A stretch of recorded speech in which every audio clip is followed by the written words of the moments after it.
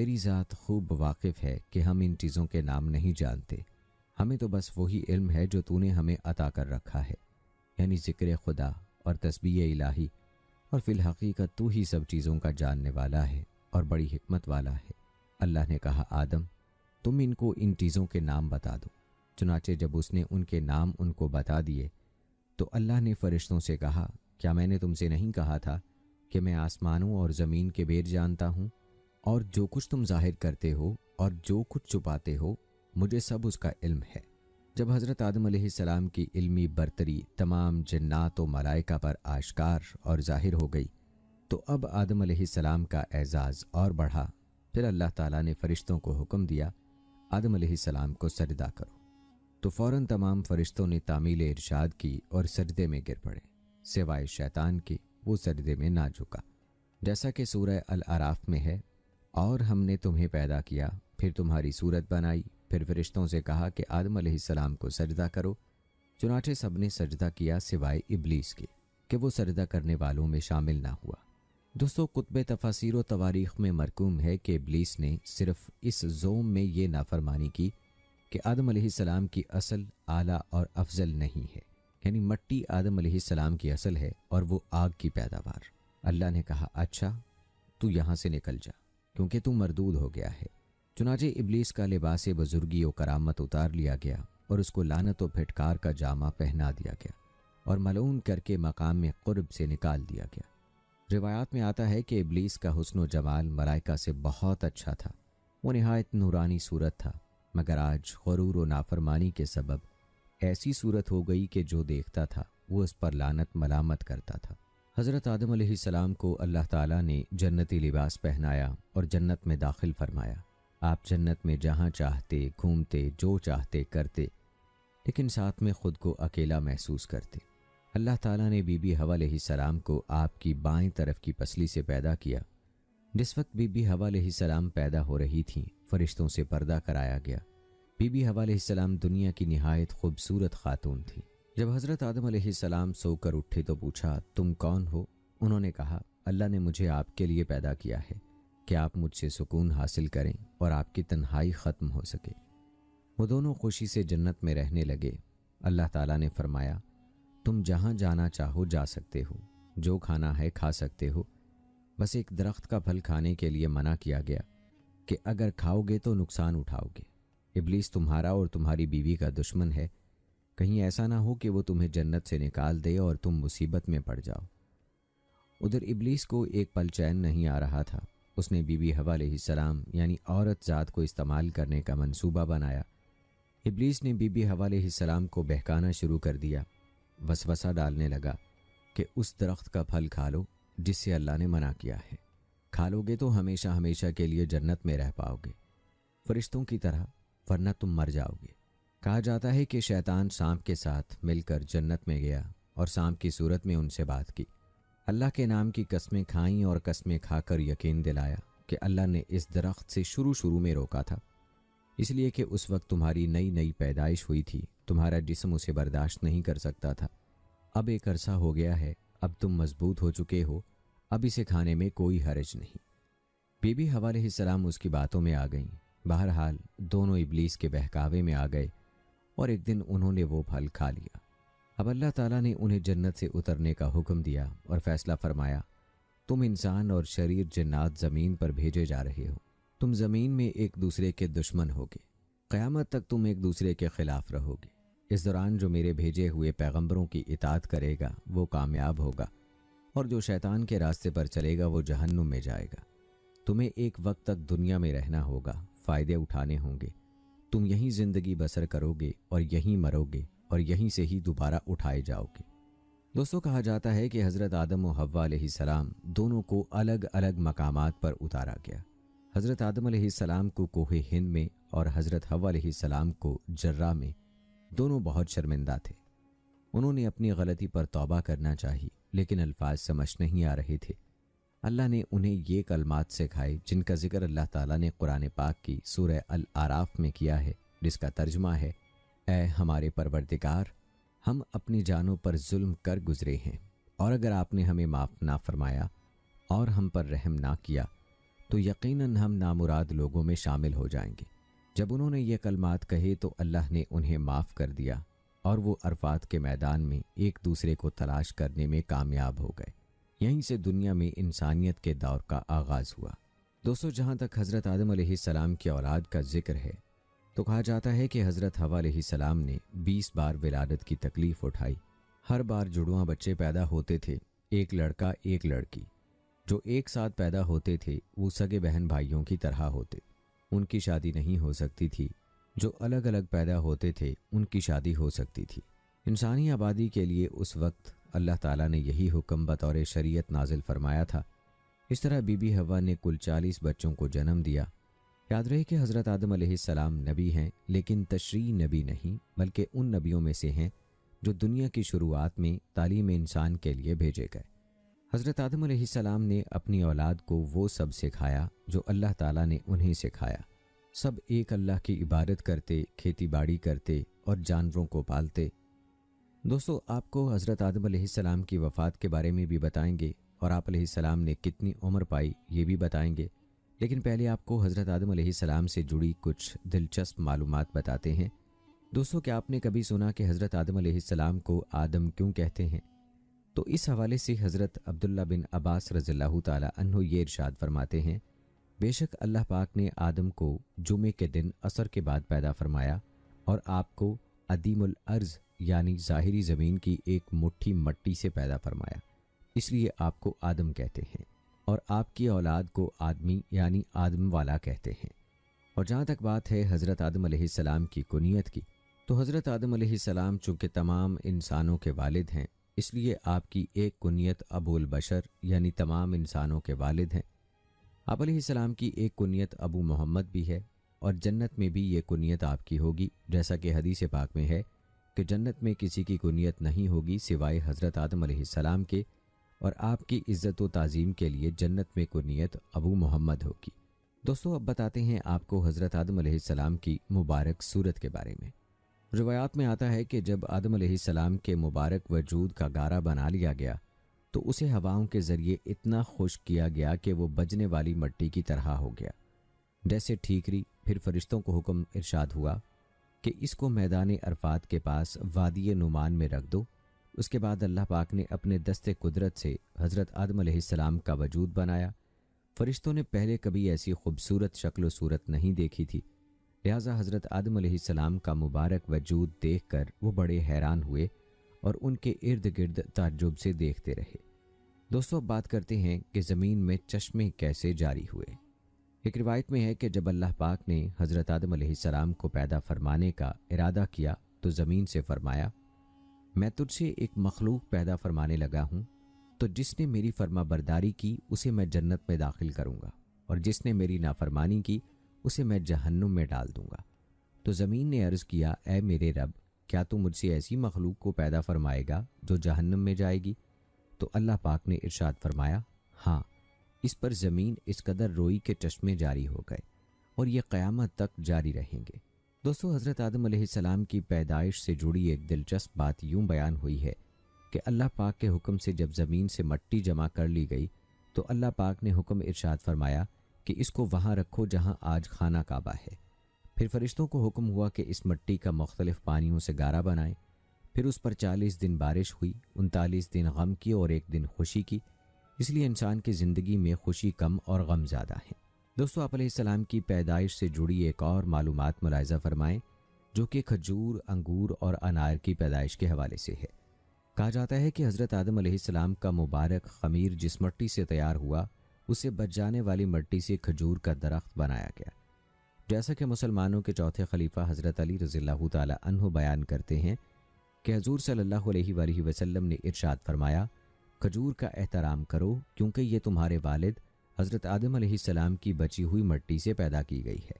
اور ایک روایت میں ہے کہ کھجور، انار اور انگور کو حضرت آدم علیہ السلام کی بچی ہوئی مٹی سے پیدا کیا گیا ہے۔ دوستو، رہی بات یہ کہ حضرت آدم علیہ السلام کے پیدائش کے لیے زمین سے مٹی کس فرشتے نے لائی تھی، تو روایت ہے کہ جب اللہ نے آپ کو پیدا کرنے کا ارادہ فرمایا تو حضرت اسرائیل علیہ السلام کو حکم دیا کہ زمین سے ایک مٹھی مٹی لائیں حکم خداوندی کے مطابق حضرت اسرائیل علیہ السلام نے آسمان سے اتر کر زمین سے ایک مٹھی مٹی اٹھائی تو پوری روئے زمین کی اوپری پرت چھلکے کی مانند اتر کر آپ کی مٹھی میں آ گئی، جس میں 60 رنگوں اور مختلف کیفیتوں والی مٹیاں تھیں، یعنی سفید و سیاہ، سرخ و زرد رنگوں والی اور نرم و سخت، شیریں و تلخ، نمکین و پھیکی وغیرہ کیفیتوں والی مٹیاں شامل تھیں۔ پھر اس مٹی کو مختلف پانیوں سے گوندھنے کا حکم فرمایا، چنانچہ ایک مدت کے بعد یہ چپکنے والی بن گئی، پھر ایک مدت تک یہ گوندھی گئی تو کیچڑ کی طرح بودار گارا بن گئی، پھر یہ خشک ہو کر کھنکھناتی اور بجتی ہوئی مٹی بن گئی۔ پھر اس مٹی سے حضرت آدم علیہ السلام کا پتلا بنا کر جنت کے دروازے پر رکھ دیا گیا، جس کو دیکھ دیکھ کر فرشتوں کی جماعت تعجب کرتی تھی، کیونکہ فرشتوں نے ایسی شکل و صورت کی کوئی مخلوق کبھی دیکھی ہی نہیں تھی۔ پھر اللہ تعالیٰ نے اس پتلے میں روح کو داخل ہونے کا حکم فرمایا، چنانچہ روح داخل ہو کر جب آپ کے نتنوں میں پہنچی تو آپ کو چھینک آئی، اور جب روح زبان تک پہنچ گئی تو آپ نے الحمدللہ پڑھا، اور اللہ تعالیٰ نے فرمایا یرحمک اللہ، یعنی اللہ تعالیٰ تم پر رحمت فرمائے۔ اے ابو محمد یعنی آدم، میں نے تم کو اپنی حمد ہی کے لیے بنایا ہے۔ پھر رفتہ رفتہ پورے بدن میں روح پہنچ گئی اور آپ زندہ ہو کر اٹھ کھڑے ہوئے۔ اللہ تعالیٰ نے حضرت آدم علیہ السلام کو 4 عظیم شرف اور مرتبے عطا فرمائے ہیں۔ نمبر 1 اپنے ہاتھ سے پیدا فرمایا، نمبر 2 روح پھونکی، نمبر 3 فرشتوں کو سجدہ کرنے کا حکم فرمایا، اور نمبر 4 اشیاء کے ناموں کے علم سے سرفراز فرمایا۔ دوستوں، مذاہب کی قدیم کتابوں میں یہ بھی لکھا ہے کہ ابلیس یعنی شیطان جن تھا، اور اللہ تعالیٰ نے اس کی عبادات کے باعث اسے فرشتوں میں شامل کر لیا تھا اور اسے ان کا سردار بنا دیا تھا۔ اس کے بعد اس کی ریاضت کا سلسلہ جاری رہا۔ اس کائنات کا کوئی ایسا چپا یا کوئی ایسا ٹکڑا نہیں تھا جس پر ابلیس نے سجدہ نہ کیا ہو۔ یہ ان سجدوں، ان ریاضتوں، ان عبادات کا نتیجہ تھا کہ اللہ تعالیٰ نے ابلیس کو فرشتوں کا سردار بنایا۔ لیکن پھر شیطان غرور کا شکار ہو گیا۔ اس نے مٹی کے پتلے یعنی حضرت آدم علیہ السلام کو سجدہ کرنے سے انکار کر دیا۔ جب اللہ تعالیٰ نے حضرت آدم علیہ السلام کو مٹی سے بنایا تو سب کو کہا کہ ان کو سجدہ کیا جائے، لیکن ابلیس کے اندر ایک غرور تھا۔ اس نے کہا کہ میں آگ سے بنا ہوں، یہ مٹی سے بنا ہے، میں اسے کیوں سجدہ کروں؟ اس نے سجدہ کرنے سے انکار کر دیا، اور یہاں سے خیر اور شر کی طاقتوں کے درمیان جنگ کا آغاز ہو گیا۔ قدیم صحائف نے لکھا ہے کہ جب شیطان کو حضرت آدم علیہ السلام کو سجدہ کرنے کا حکم دیا گیا تو اس نے حضرت آدم علیہ السلام پر حقارت سے تھوک دیا تھا۔ شیطان کا تھوک حضرت آدم علیہ السلام کے پیٹ پر گرا تھا، اور اس کے بعد اللہ تعالیٰ نے حضرت جبرائیل علیہ السلام کو تھوک والی مٹی نکالنے کا حکم دیا تھا۔ حضرت جبرائیل علیہ السلام نے یہ مٹی نکالی تو حضرت آدم علیہ السلام کے پیٹ پر ایک چھوٹا سا سوراخ بن گیا تھا۔ یہ سوراخ ناف کی شکل میں آج بھی ہمارے پیٹ پر موجود ہے۔ اللہ تعالیٰ نے اس ناف کی مٹی سے جس پر شیطان نے تھوکا تھا اس سے کتے کو بنایا تھا۔ ناظرین، کتے کی تخلیق کے متعلق دوسری روایت یہ بھی ملتی ہے کہ جب حضرت آدم علیہ السلام اور حضرت اماں حوا علیہ السلام کو اللہ تعالیٰ نے زمین پر بھیجا تو شیطان نے زمینی درندوں کو ورغلایا کہ وہ ان دونوں کو کھا جائے، تو تب اللہ تعالیٰ نے کتے کو پیدا کیا، جس نے حضرت آدم علیہ السلام اور حضرت حوا علیہ السلام کے ان درندوں سے حفاظت فرمائی۔ یعنی کتے کی پیدائش حضرت آدم علیہ السلام کو زمین پر بھیجنے کے فوراً بعد اللہ تبارک و تعالیٰ نے فرمائی۔ بہرحال دوستو، ایک حدیث میں نقل کیا گیا ہے کہ حضرت آدم علیہ السلام کا پتلا جس مٹی سے بنایا گیا، چونکہ وہ مختلف رنگوں اور مختلف کیفیتوں کی مٹیوں کا مجموعہ تھی، اس لیے آپ کی اولاد یعنی انسانوں میں مختلف رنگوں اور قسم قسم کے مزاجوں والے لوگ ہیں۔ حضرت ابو موسیٰ اشعری رضی اللہ تعالیٰ عنہ سے روایت ہے کہ نبی کریم صلی اللہ علیہ وآلہ وسلم نے ارشاد فرمایا، اللہ تعالیٰ نے حضرت آدم علیہ السلام کو ایک مٹھی خاک سے پیدا فرمایا۔ یہ مٹی تمام روئے زمین سے حاصل کی گئی تھی۔ یہی وجہ ہے کہ حضرت آدم علیہ السلام کی کنیت ابو محمد یا ابو البشر اور آپ کا لقب خلیفۃ اللہ ہے، اور آپ سب سے پہلے اللہ تعالیٰ کے نبی ہیں۔ آپ نے 960 برس کی عمر پائی، اور بوقت وفات آپ کی اولاد کی تعداد 1 لاکھ ہو چکی تھی، جنہوں نے طرح طرح کی صنعتوں اور عمارتوں سے زمین کو آباد کیا۔ قرآن مجید میں بار بار اس مضمون کا بیان ہے کہ حضرت آدم علیہ السلام کی تخلیق مٹی سے ہوئی۔ چنانچہ سورہ آل عمران میں ارشاد فرمایا کہ عیسیٰ کی کہاوت اللہ کے نزدیک آدم کی طرح ہے، اسے مٹی سے بنایا، پھر فرمایا ہو جا، وہ فوراً ہو جاتا ہے۔ دوسری آیت میں اس طرح فرمایا کہ بے شک ہم نے ان کو چپکتی مٹی سے بنایا، کہیں یہ فرمایا کہ اور بے شک ہم نے آدمی کو بجتی ہوئی مٹی سے بنایا جو اصل میں ایک سیاہ بودار گارا تھی۔ جب حضرت آدم علیہ السلام کو اللہ نے بہشت میں رہنے کا حکم دیا تو آپ جنت میں تنہائی کی وجہ سے کچھ پریشان ہوئے، تو اللہ تعالیٰ نے آپ پر نیند کا غلبہ فرمایا اور آپ گہری نیند سو گئے، تو نیند ہی کی حالت میں آپ کی بائیں پسلی سے اللہ تعالیٰ نے حضرت حوا علیہ السلام کو پیدا فرمایا۔ جب آپ نیند سے بیدار ہوئے تو یہ دیکھ کر حیران رہ گئے کہ ایک بہت ہی خوبصورت اور حسین و جمیل عورت آپ کے پاس بیٹھی ہوئی ہے۔ آپ نے ان سے فرمایا کہ تم کون ہو اور کس لیے یہاں آئی ہو؟ تو حضرت حوا علیہ السلام نے جواب دیا کہ میں آپ کی بیوی ہوں اور اللہ تعالیٰ نے مجھے اس لیے پیدا فرمایا تاکہ آپ کو مجھ سے پیار ہو، انس ہو اور سکون قلب حاصل ہو، اور مجھے آپ سے انسیت اور تسکین ملے، اور ہم دونوں ایک دوسرے سے مل کر خوش رہیں اور پیار و محبت کے ساتھ زندگی بسر کریں اور اللہ کی نعمتوں کا شکر ادا کرتے رہیں۔ قرآن مجید میں ایک مقام پر اللہ تعالیٰ نے حضرت حوا علیہ السلام کے بارے میں ارشاد فرمایا، اور اسی میں سے اس کا جوڑا بنایا اور ان دونوں سے بہت مرد و عورت پھیلا دیے۔ حضرت آدم و حوا کی تخلیق کا واقعہ مضامین میں قرآن مجید کے ان عجائبات میں سے ہے جس کے دامن میں بڑی بڑی عبرتوں اور نصیحتوں کے گوہر آبدار کے انبار پوشیدہ ہیں، جن میں سے چند یہ ہیں۔ اللہ تعالیٰ نے حضرت آدم علیہ السلام کو مٹی سے بنایا اور حضرت حوا علیہ السلام کو حضرت آدم علیہ السلام کی پسلی سے پیدا فرمایا۔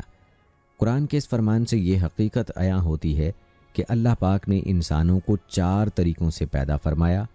پہلا یہ کہ مرد و عورت دونوں کے ملاپ سے، جیسا کہ عام طور پر انسانوں کی پیدائش ہوتی ہے۔ قرآن مجید میں صاف صاف اعلان کیا ہے کہ بے شک ہم نے آدمی کو پیدا کیا ملی ہوئی منی سے۔ دوسرا یہ کہ تنہا مرد سے ایک انسان پیدا ہوا اور وہ حضرت حوا علیہ السلام ہیں کہ اللہ نے ان کو حضرت آدم علیہ السلام کی بائیں پسلی سے پیدا فرمایا۔ اور تیسرا یہ کہ تنہا ایک عورت سے ایک انسان پیدا ہوا اور وہ حضرت عیسیٰ علیہ السلام ہیں جو کہ پاک دامن ہیں، بی بی مریم علیہ السلام کے پیٹ سے بغیر باپ کے پیدا ہوئے۔ اور چوتھا یہ کہ بغیر مرد و عورت کے بھی ایک انسان کو اللہ تعالیٰ نے پیدا فرما دیا، اور وہ انسان حضرت آدم علیہ السلام ہیں کہ اللہ نے ان کو مٹی سے بنا دیا۔ ان واقعات سے چند اسباق کی طرف رہنمائی ہوتی ہے۔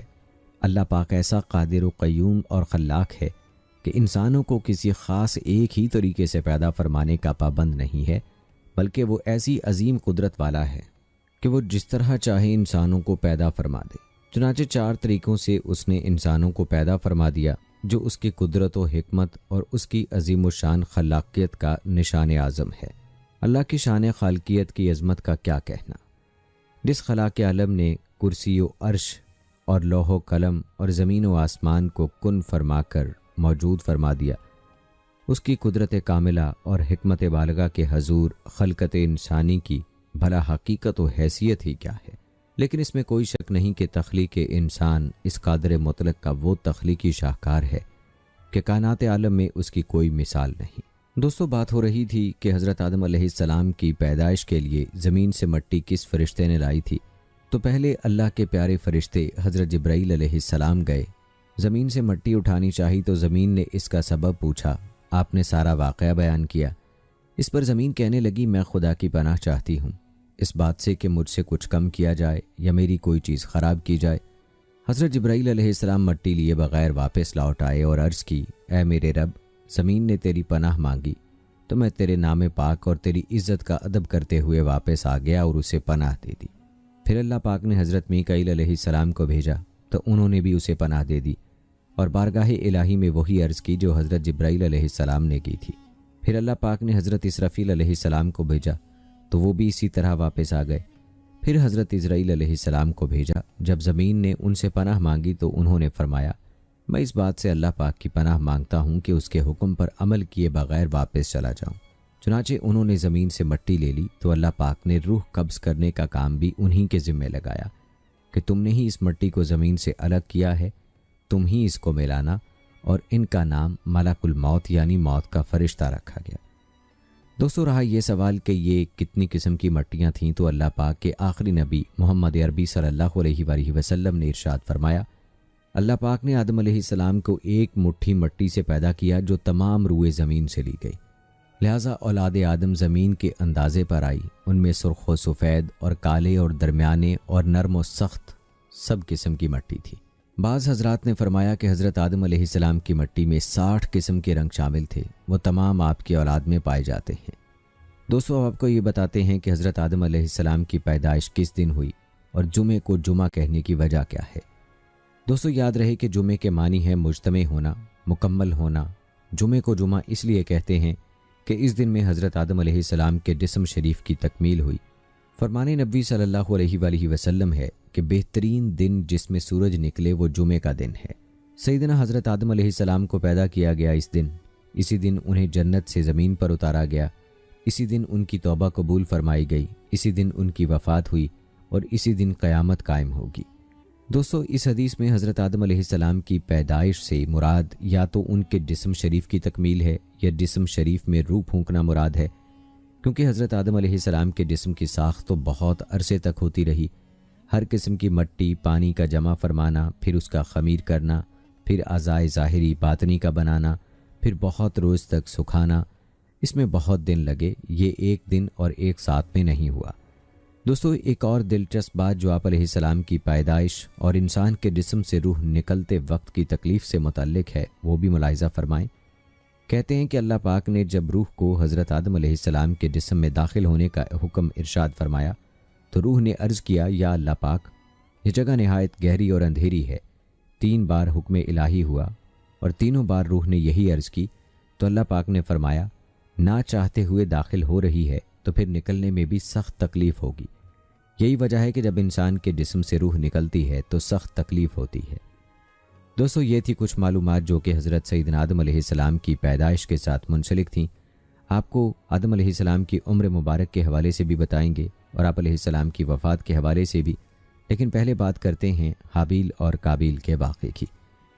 دوستو، قابیل کھیتی باڑی کرتا تھا اور حابیل جانور پالتا تھا۔ چنانچہ قابیل نے گندم کی بالیاں اور حابیل نے ایک خوبصورت موٹا تازہ مینڈھا قربانی کے لیے ایک پہاڑ پر رکھ دیا اور اللہ سے دعا مانگی، یا الہی، ہماری قربانی کو قبول فرما۔ آسمان سے آگ آئی اور اس نے حابیل کی قربانی کو کھا لیا اور قابیل کی قربانی قبول نہیں ہوئی، جس سے قابیل کے دل میں حابیل کے لیے غصہ، حسد اور بغض پیدا ہو گیا اور وہ حابیل سے کہنے لگا کہ میں تجھے مار ڈالوں گا کیونکہ تیری قربانی قبول ہو گئی ہے۔ حابیل نے قابیل سے کہا، اللہ تعالیٰ پرہیزگاروں کی قربانی قبول کرتا ہے، اگر تو میرے قتل کے لیے مجھ پر ہاتھ اٹھائے گا تو میں تجھ پر ہاتھ نہیں اٹھاؤں گا کیونکہ میں اللہ سے ڈرتا ہوں۔ قربانی دے کر دونوں بھائی حضرت آدم علیہ السلام کے پاس آئے۔ آدم علیہ السلام نے فرمایا، اے قابیل، تیری بہن عقلمہ اب حابیل پر حلال ہوئی اور تجھ پر حرام۔ قابیل اب مایوس ہو چکا تھا کہ عقلمہ اس کے نکاح میں نہیں آ سکتی، اس لیے وہ حابیل کو مارنے کی تدبیر میں رہنے لگا۔ اس دوران آدم علیہ السلام جب مکہ چلے گئے تو ایک دن قابیل نے دیکھا کہ حابیل سو رہا ہے تو سوچنے لگا کہ اسے کس طرح سے ماروں، کیونکہ اس زمانے تک کسی نے کسی کو نہیں مارا تھا۔ جب شیطان نے دیکھا کہ اسے قتل کرنے کا طریقہ نہیں آتا تو اس لائن نے ایک جانور پکڑا اور اس کا سر ایک پتھر پر رکھ کر دوسرا پتھر زور سے اس کے سر پر دے مارا، جس سے وہ جانور اسی وقت مر گیا۔ یہ ترکیب دیکھ کر قابیل نے اپنے بھائی حابیل کے ساتھ ہی یہ کیا اور زمین پر سے ایک پتھر اٹھا کر حابیل کے سر پر دے مارا اور اپنے بے گناہ بھائی حابیل کو قتل کر دیا۔ حابیل کے قتل کے بعد قابیل یہ سوچ کر بے حد پریشان ہوا کہ اب اس لاش کا کیا کرے۔ یہ روئے زمین پر کسی انسان کا پہلا قتل تھا، کیونکہ اس سے پہلے کوئی آدمی مرا ہی نہیں تھا، اس لیے قابیل حیران و پریشان تھا کہ بھائی کی لاش کا کیا کروں۔ چنانچہ وہ کئی روز تک بھائی کی لاش کو اپنی پیٹھ پر لاد کر پھرتا رہا۔